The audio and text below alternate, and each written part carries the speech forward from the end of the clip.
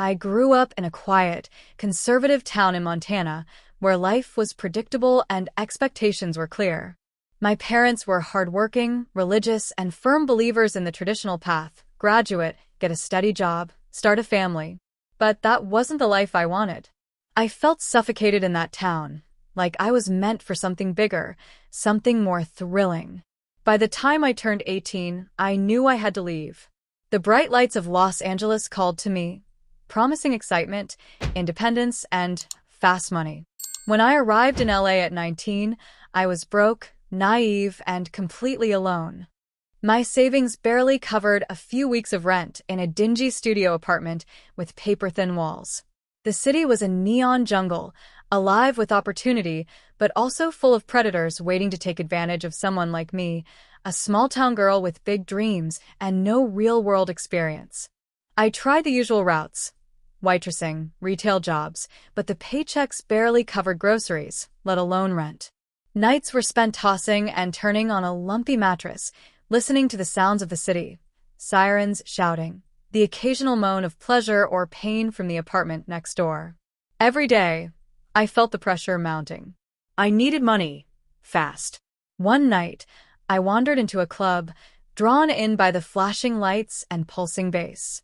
It was one of those places where the air smelled like expensive cologne, spilled liquor, and desperation. I felt out of place in my thrift store dress and scuffed heels, but I was too stubborn to leave. That's when she found me. Ava, a woman who exuded confidence, her lips painted blood red, her dress clinging to every perfect curve. She leaned in, her voice husky and knowing. "You new here?" she asked, her eyes scanning me like a wolf sizing up its prey. I nodded, unsure of what to say. "Let me guess. You came to LA thinking you'd make it big, but now you're broke, desperate, and wondering how the hell you're going to pay next month's rent." She wasn't wrong. Ava laughed softly, swirling the amber liquid in her glass. "You're pretty, you know. Fresh-faced, innocent. That's worth a lot of money in this town." My stomach twisted, but curiosity kept me hooked. She painted the adult film industry as something glamorous, empowering, and, most importantly, lucrative. No one tells you what to do. You set your own hours. You make more in a day than most people do in a month. And the best part? Men will worship you.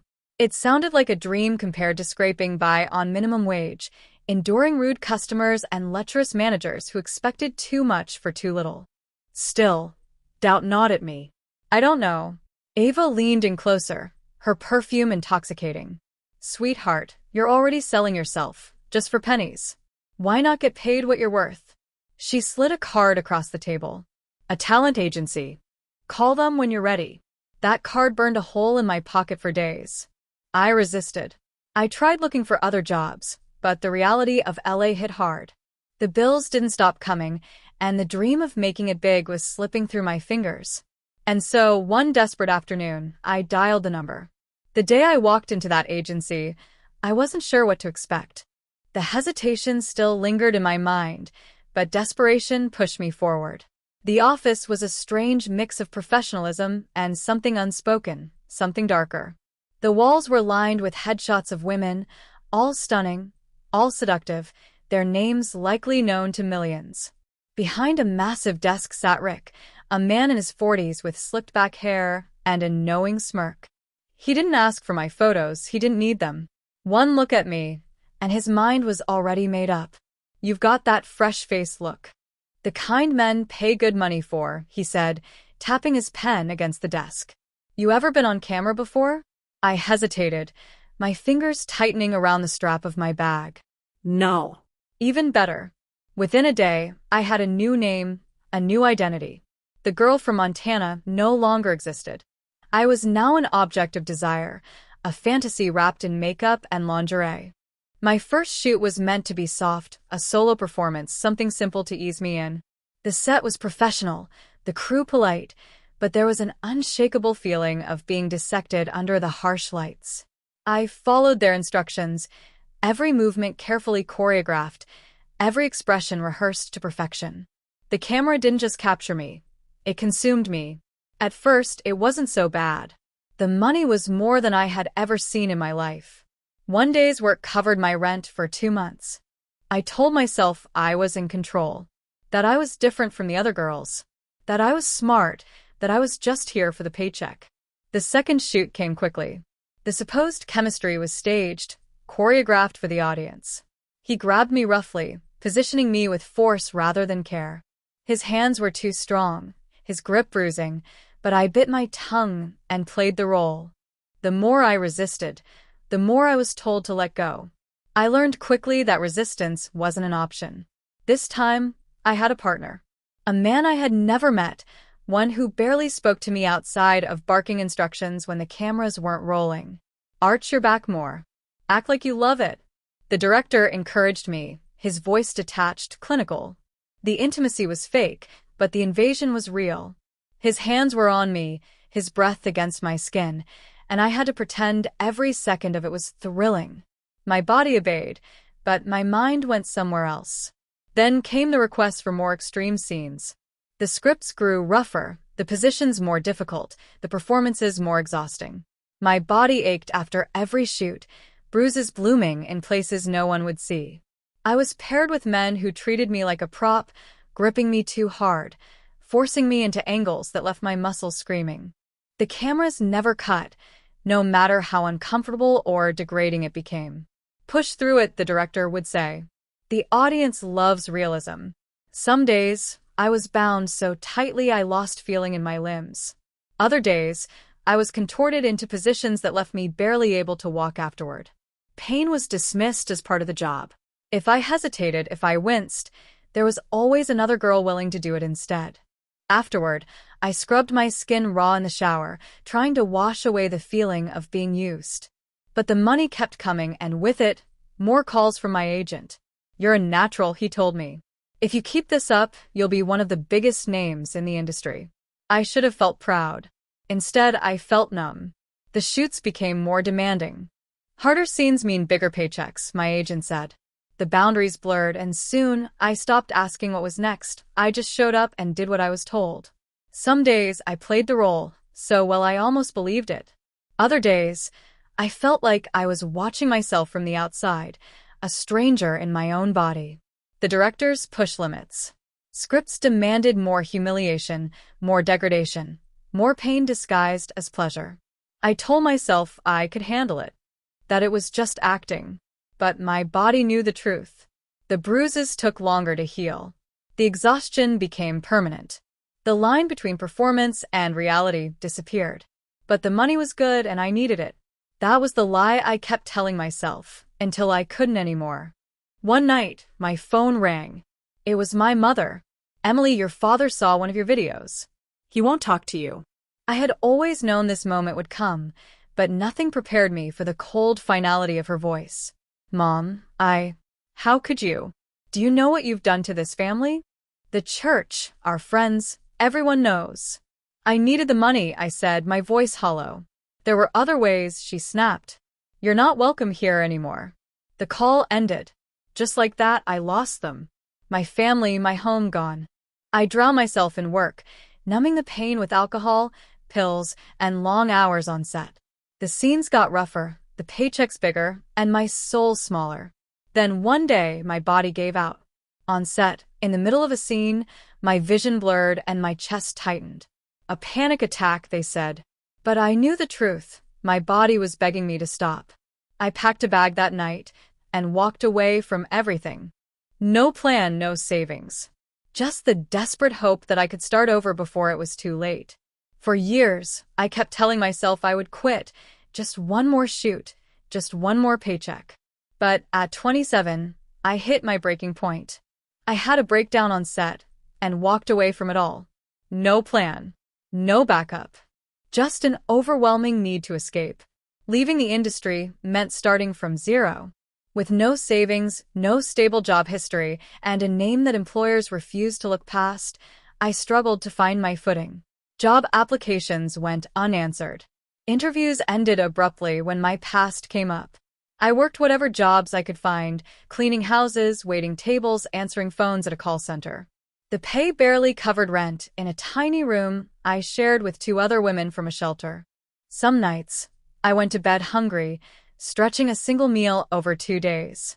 Every morning, I forced myself to wake up and push forward, even when the future looked bleak. The shame of my past clung to me.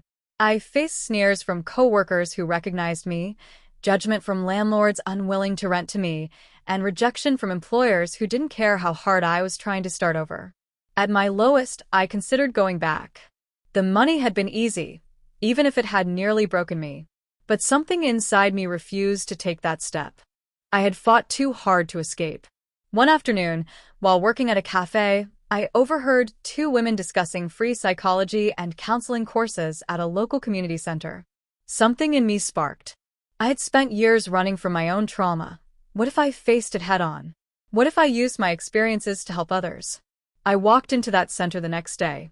The classroom was small, the chairs mismatched, but for the first time in years, I felt like I belonged somewhere. At first, I sat quietly in the back, afraid that everyone around me could see through me. But as I listened to lectures on trauma, resilience, and personal reinvention, I realized I wasn't just learning. I was healing. Every concept, every discussion felt deeply personal. I wasn't alone in my struggle, and for the first time, I saw a way forward. The coursework wasn't easy. I juggled multiple jobs, staying up late to finish assignments, often studying by the dim light of a cafe after my shift. I doubted myself constantly, but I kept going, driven by the hope that I could rebuild something meaningful. As I gained confidence, I started applying what I learned to help others. At the shelter, I listened to women's stories, offered guidance, and encouraged them to set goals. It started with informal chats over coffee, but soon I was helping them clean up resumes, prepare for interviews, and access resources. Seeing their progress lit a fire inside me. What if I could turn this into something real? What if I could create a structured way to help people like me? I threw myself into research. Between shifts at the cafe and night classes at the center, I studied business, coaching, and personal development. I used what little money I had saved to build a website, offering online consultations, digital courses, and self-help guides on confidence, financial literacy, and professional reinvention. At first, I worked with women from the shelter for free. But as word spread, paying clients started reaching out, women from all walks of life who needed guidance. It wasn't an instant success. The first few months were grueling. I barely made enough to cover rent, and often questioned if I was fooling myself into thinking I could build something real. But I refused to stop. Slowly, my business grew. Soon, my side project turned into a full-time coaching business. I rented a tiny office, one room with secondhand furniture and a flickering overhead light, but it was mine. I helped women regain control over their lives, one step at a time. As my client list grew, so did my vision. I didn't just want to help women survive. I wanted them to thrive. That's when the idea for a beauty brand was born. But I hesitated. The beauty industry was crowded, competitive, and ruthless. I had no background in product development or manufacturing. Who was I to think I could create a skincare line from scratch? Self-doubt crept in. For months, I went back and forth, sketching ideas in notebooks, researching suppliers, and then abandoning the idea, convinced it would never work. Then, a turning point. A client of mine, a woman who had rebuilt her life after escaping an abusive relationship, looked at me one day and said, "You tell us to be fearless, to believe in ourselves. Why aren't you doing the same?" That shook me. I decided to take the risk. I took the money I had saved from my coaching business and put it into my first skincare line, launching a small collection of products. I had high hopes, but reality hit hard. Manufacturing delays, packaging issues, and a failed marketing strategy led to slow sales. I watched as my initial investment dwindled, my dreams slipping away before it had even begun. I felt like a failure. Maybe the investors had been right. Maybe I wasn't cut out for this. But I refused to let one failure define me. I analyzed every mistake, reworked my approach, and went back to square one. This time, I sought expert advice, learning from successful entrepreneurs, testing new formulas, and refining my brand's identity. The second attempt was even harder. I had to secure funding with nothing but a failed launch to show. I pitched to investors, got rejected countless times, and nearly ran out of money before finally securing a small business loan. With that, I rebranded, improved my product line, and developed a stronger marketing strategy. It was a grueling uphill battle, but I pushed through. Then, a turning point. A small feature in a niche beauty magazine led to an influencer discovering my products. A single video review went viral, orders surged overnight, and suddenly, the investors who had once dismissed me were reaching out, eager to be a part of my success. I hired a team, expanded into new markets, and built a company that stood for something more than just beauty. It stood for resilience, reinvention, and empowerment. I spent months testing formulas, researching ingredients, and designing packaging. I wanted to create products that symbolized transformation and self-care, something that allowed women to feel strong, beautiful, and in control of their own lives. But the struggles didn't end there. Investors were skeptical. Retailers brushed me off. The market is too competitive, they said. Your brand has no place among the giants. At one point, I nearly lost everything when a supplier backed out at the last minute, leaving me scrambling to fulfill orders. There were nights I lay awake, terrified that I had made a mistake, that I had risked everything for nothing. But I refused to give up. I adjusted my strategy. Instead of chasing big retailers, I marketed my products directly to customers. I used everything I had learned about branding and storytelling to connect with them. Every order I packed felt like proof that I was doing something right. The first batch was small, just a few hundred units, but it sold out within weeks. That success caught the attention of investors, and soon I was negotiating deals for larger production runs. Retailers who had once dismissed me started calling. Within a few years, my brand had grown beyond anything I had imagined, but it wasn't an easy climb. The first months were brutal, juggling production issues, marketing setbacks, and a near financial collapse when my manufacturer suddenly raised costs. Investors turned me down repeatedly, doubting that someone with my background could build a respectable brand. I nearly lost everything before I found a business mentor willing to take a chance on me. When my breakthrough came, it wasn't a stroke of luck, it was relentless effort. A small feature in a niche beauty magazine led to an influencer discovering my products. A single video review went viral, orders surged overnight, and suddenly, the investors who had once dismissed me were reaching out, eager to be a part of my success. I hired a team, expanded into new markets, and built a company that stood for something more than just beauty. It stood for resilience, reinvention, and empowerment. But more than anything, I had proven to myself that no matter how far you fall, you can always rise again. My business had started as a desperate attempt to rebuild my life, but it became something much bigger than I ever imagined. What began as a small skincare line with limited inventory grew into a nationally recognized brand. My products were now in major retail stores, featured in magazines, and endorsed by influencers who admired the message behind the brand: empowerment, resilience, and transformation. It wasn't just about beauty, it was about self-worth. But success wasn't just measured in revenue. The real victory was in the people I helped along the way. I expanded my coaching programs, partnering with shelters and women's organizations to provide training, job opportunities, and mentorship. Women who had once felt stuck, as I had, were now thriving. Seeing them rise, watching them reclaim their lives, that was the greatest reward of all. The family that once disowned me? It took years, but eventually they saw me for who I was, not the girl who made mistakes, but the woman who rebuilt herself from nothing. My mother was the first to come around, sending me letters before she could muster the courage to call. My father took longer, but when he finally showed up at my office, pride in his eyes, I knew I had truly made it. One evening, I stood in my company's headquarters, looking out at the city skyline, reflecting on everything it had taken to get here. The nights I had spent wondering if I would ever escape rock bottom. The sacrifices, the doubts, the moments I almost gave up. But now I stood on the other side, not just surviving, but thriving. My journey wasn't easy, and it sure as hell wasn't pretty. But I wouldn't change a thing. Because in the end, I didn't just escape my past. I used it as the foundation for something greater.